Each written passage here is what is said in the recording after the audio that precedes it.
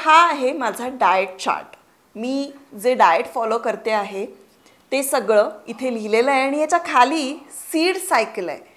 ही seed cycle काय आहे हे मला खरं तर काही माहिती नव्हतं। मला माहिती होतं की सीड्स तुमच्या डाएटमध्ये ॲड केल्यानंतर खूप त्याचे फायदे होतात, केसांसाठी, स्किनसाठी, एवढंच मला माहिती होतं। पण या सीड सायकलचे हार्मोनल बॅलन्ससाठी किती फायदे आहेत हे मात्र मला माहीत नव्हतं। पूर्ण याचे बेनिफिट्स मी आता सध्या घेते आहे, तेव्हा मात्र माझी क्युरिओसिटी निर्माण झाली आणि मला असं वाटलं याबद्दल थोडंसं सर्च करणं गरजेचं आहे आणि तेव्हा अमेझिंग माहिती मला मिळाली आहे। का ही सीड सायकल करायला हवी, म्हणजे केवळ इनफर्टिलिटीवाल्यांनीच ही सीड सायकल करणं गरजेचं नाही आहे, तर ज्यांना कोणाला मासिक पाळीबद्दल समस्या आहेत, PCOD, PCOS किंवा मग मेनोपॉज, पेरीमेनोपॉज यामुळे जे आपले हार्मोनल इम्बॅलन्स होतात ते हार्मोन्स इंटॅक्ट ठेवण्यासाठी ही सीड सायकल खूप उपयुक्त ठरू शकते। आणि कशी उपयुक्त ठरू शकते, काय त्याचं कारण आहे, हे सगळं आज मी या व्हिडिओमध्ये तुमच्याबरोबर शेअर करणार आहे। आणि ही सीड सायकल तुम्ही कशी फॉलो करू शकता हे सुद्धा मी सांगणार आहे, तेव्हा हा व्हिडिओ अतिशय महत्त्वपूर्ण ठरणार आहे। प्रत्येक स्त्रीनं ही सीड सायकल फॉलो करायला हवी किंवा कुठल्या गोष्टी करायला नको, कोणी करायच्या नाहीत, या संदर्भातही माहिती सांगणार आहे। तेव्हा व्हिडिओ आता शेवटपर्यंत बघत राहा। नमस्कार मंडळी, मी स्मिता शेवाळे आणि आपल्या यूट्यूब चॅनलमध्ये पुन्हा एकदा सगळ्यांचं अगदी मनापासून स्वागत आहे। खऱ्या अर्थानं आपली फॅमिली ग्रो होती आणि ग्लो होती आहे आणि ही छोटीशी फॅमिली म्हणता म्हणता आता मोठी व्हायला लागली आहे। आपण लवकरच 6 लाखाचा टप्पा गाठणार आहोत आणि तुम्हाला ही माहिती पुरवत असताना मला इतकं समाधान मिळत असतं। तेव्हा जे कोणी आता चॅनलवर नवीन असतील मी त्यांना सांगेन की आमच्या या फॅमिलीमध्ये सगळे लोक हळूहळू आता ग्रो आणि ग्लो व्हायला लागलेले आहेत। तुम्हीही आमच्या फॅमिलीचा भाग व्हा। लवकर चॅनल सबस्क्राईब करून टाका आणि बेल आयकनचं बटनही हिट करा, म्हणजे एक्झॅक्टली कुठल्या वेळेला मी व्हिडिओ अपलोड करते हे सुद्धा तुम्हाला कळेल। आणि हे सगळं जे शक्य होतं ना ते फक्त आणि फक्त तुमच्या प्रेमामुळे, त्यामुळे तुम्हाला जितकं मनापासून धन्यवाद म्हणावं तितकं कमीच आहे।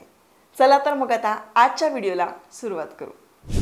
तर ही सीड सायकल आहे ही इनफर्टिलिटीसाठी, वंध्यत्वासाठी खूप चांगली आहे असं म्हणतात। याचं कारण असं की आपल्या अंडाशयामध्ये ज्या वेळेला अंड तयार होत असतं आणि ते 14व्या दिवसापर्यंत, 14 ते 15व्या दिवसापर्यंत ते छानपैकी मच्युअर होतं, त्यासाठी आपल्याला काही महत्त्वाचे हार्मोन्स तिथे गरजेचे असतात।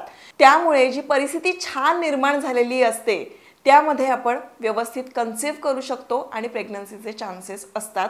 आणि म्हणूनच ते हार्मोन्स इंटॅक्ट राहण्यासाठी ही सीड सायकल फॉलो करायची असते। आता अगदी सोप्या पद्धतीनं समजून घेऊया। जरीही फर्टिलिटीसाठी ही सीड सायकल आपण फॉलो केली नाही तरी काही हार्मोन्स हे खूप गरजेचे असतात आणि त्यासाठी ही सीड सायकल फॉलो करणं गरजेचं आहे हे माझ्या लक्षात आलं। आपल्या 2 फेजेस असतात, एक तर फॉलिक्युलर फेज आणि दुसरी आहे ल्युटिल फेज। फॉलिक्युलर फेज ही कुठली असते, ज्यावेळेला आपल्याला पिरियड्स येतात, ते पिरियड्स आल्यापासून ते 14व्या 15व्या दिवसापर्यंत। आता मी हा 28 दिवसांचा महिना पकडते, काही जणांचा 30 दिवसांचा असतो, काही जणांचा 40 दिवसांचा असतो। तर पहिली जी फेज असते 15 ते 17 दिवसांची, तर ही आहे फॉलिक्युलर फेज आणि दुसरी आहे ल्युटिल फेज। तर पहिल्या फेजमध्ये आपल्याला इस्ट्रोजन नावाचा जो हार्मोन आहे त्याची गरज असते। इस्ट्रोजनसाठी आपल्याला गरजेचं आहे पंपकिन सीड आणि फ्लेक्स सीड। आता हे का गरजेचं आहे, तर पंपकिन सीड्स यामध्ये खूप प्रमाणात झिंक असतं, जे झिंक आपल्याला खूप गरजेचं असतं। इतर कुठल्याही पदार्थांमधून ते आपल्याला फार प्रमाणात मिळत नाही, म्हणून आपण इथे पंपकिन सीड्स म्हणजेच भोपळ्याच्या बिया हे खाणार आहोत पहिल्या फेजमध्ये। आणि पंपकिन सीड्स बरोबर काय घेणार आहोत, फ्लेक्स सीड्स, जवस म्हणजेच आळशीच्या बिया। आता ह्या दोन्हीही बिया ज्या आहेत त्या छानपैकी भाजून घ्यायच्या आणि मगच खायच्या आहेत। तर फ्लेक्सीडमध्ये इस्ट्रोजनची निर्मिती करण्याची क्षमता असते। हार्मोनल बॅलन्ससाठी फ्लेक्सीड अतिशय गरजेचं असतं आणि म्हणून फ्लेक्सीडचा आपण इथे वापर करतोय। परंतु फ्लेक्सीड सगळ्यांनी खाल्लं पाहिजे का, किंवा ही सीड सायकल सगळ्यांनी फॉलो केली पाहिजे का, तर नाही। कॉन्ट्रा इंडिकेशन्स काय आहेत हे समजून घ्या, म्हणजे कोणी कोणी खायचं नाही।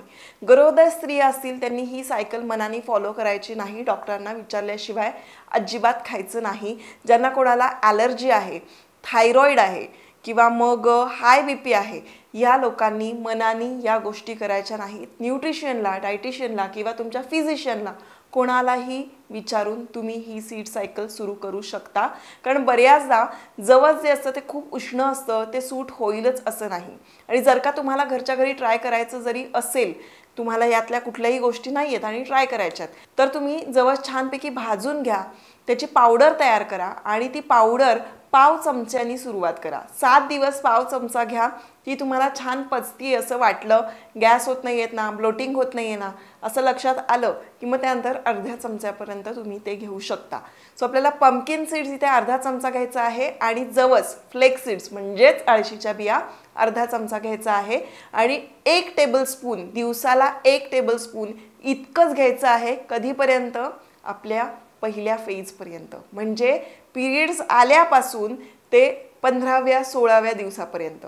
जर का तुमचा 28 दिवसांचा महिना असेल तर 14व्या 15व्या दिवसापर्यंत, जर नसेल तर 17-18 दिवस, जी तुमची पिरियड सायकल असेल त्याप्रमाणे पहिल्या फेजमध्ये हे घ्यायचं आहे. आता सेकंड फेज म्हणजे ल्युटिल फेजमध्ये आपल्याला पांढरे तीळ खायचे आहेत, कारण यामध्ये पॉलिफेनॉल्स असतात. आता इस्ट्रोजनचं प्रमाण जर का अधिक प्रमाणात वाढलं असेल तरी सुद्धा आपल्या शरीराला त्रास होऊ शकतो, तर ते आटोक्यात आणण्याचं काम जे आहे ते तीळ करतं.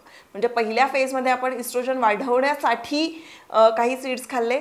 आता सेकंड फेजमध्ये जर का इस्ट्रोजनचं प्रमाण भरपूर झालं असेल तर ते प्रमाणात आणण्यासाठी आपल्याला पांढरे तीळ जे आहेत ते खायचे आहेत आणि त्याबरोबरीने आपल्याला सनफ्लॉवर सीड्स खायचे आहेत. आता सनफ्लॉवर सीड्स का खायचे आहेत? कारण त्याच्यामध्ये प्रोजेस्टेरॉन नावाचं जे हार्मोन आहे ते बूस्ट करण्याची ताकद असते, जे आपल्याला सेकंड फेजमध्ये खूप गरजेचं आहे.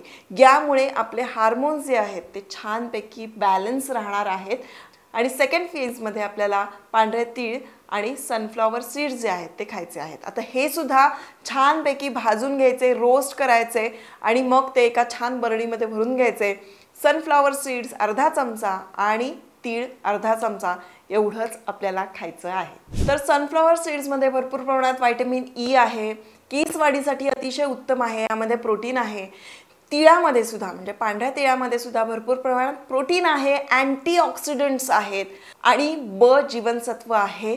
त्यामुळे हे खूप खूप उपयुक्त आहे आपल्या केसांसाठी, स्किनसाठी. हे खूप गरजेचं आहे. हार्मोन्स इंटॅक्ट राहण्यासाठी तर आहेच आहे, पण ओव्हरऑल आपल्या शरीरासाठी खूप गरजेचे असे हे पदार्थ आहेत, जे सेवन केल्याने आपल्याला जे हवं ते योग्य प्रमाणात मिळणार आहेत. ज्या वेळेला आपण हे खायला हवेत त्यामुळे आपल्याला बेनिफिट मिळणार आहे, ते फार गरजेचं असतं. तर ते कसं खायचं हे मी तुम्हाला सांगितलेलं आहे. ओव्हरऑल आपण जर का खाल्लं तर त्याचे बेनिफिट्सच मिळणार नसतील तर काय उपयोग. त्यामुळे कुठल्या वेळेत आणि किती प्रमाणात खायचं हे मी तुम्हाला आजच्या व्हिडिओमध्ये सांगून झालेलं आहे. आय होप तुम्हाला ही सगळी जी माहिती आहे ती महत्त्वपूर्ण वाटली असेल. त्याचबरोबरीनं आणखीन एक बी आहे, त्याचं सुद्धा रोजच्या रोज सेवन करणं गरजेचं आहे, ते म्हणजे चिया सीड्स. आता चिया सीड्स, सब्जा हे वेगवेगळं आहे, याच्यावर मी एक वेगळा व्हिडिओ बनवलेला आहे ऑलरेडी, पण मी इथे चिया सीड्स म्हणते. आणि चिया सीड्समध्ये भरपूर प्रमाणात फायबर असतं.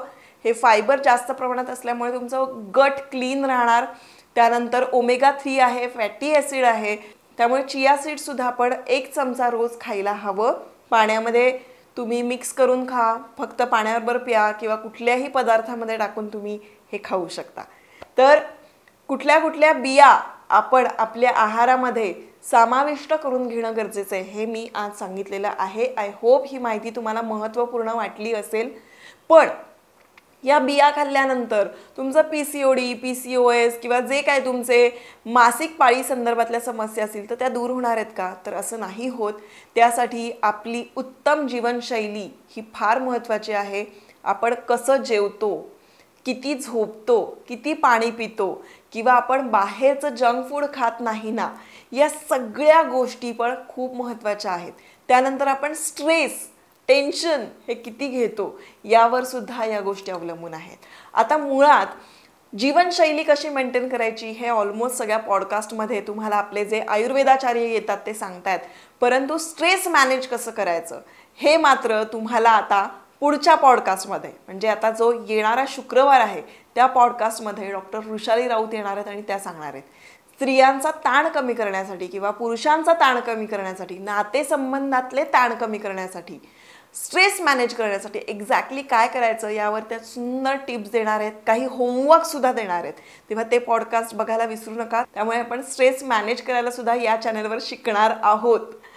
खूप नवनवीन गोष्टी शिकतोय, मला खूप मजा येते. आय होप तुम्हाला आजची माहिती ऐकून खूप छान वाटलं असेल, महत्त्वपूर्ण वाटलं असेल. आणि वाटलं असेल तर व्हिडिओ शेअर करा, लाईक करा.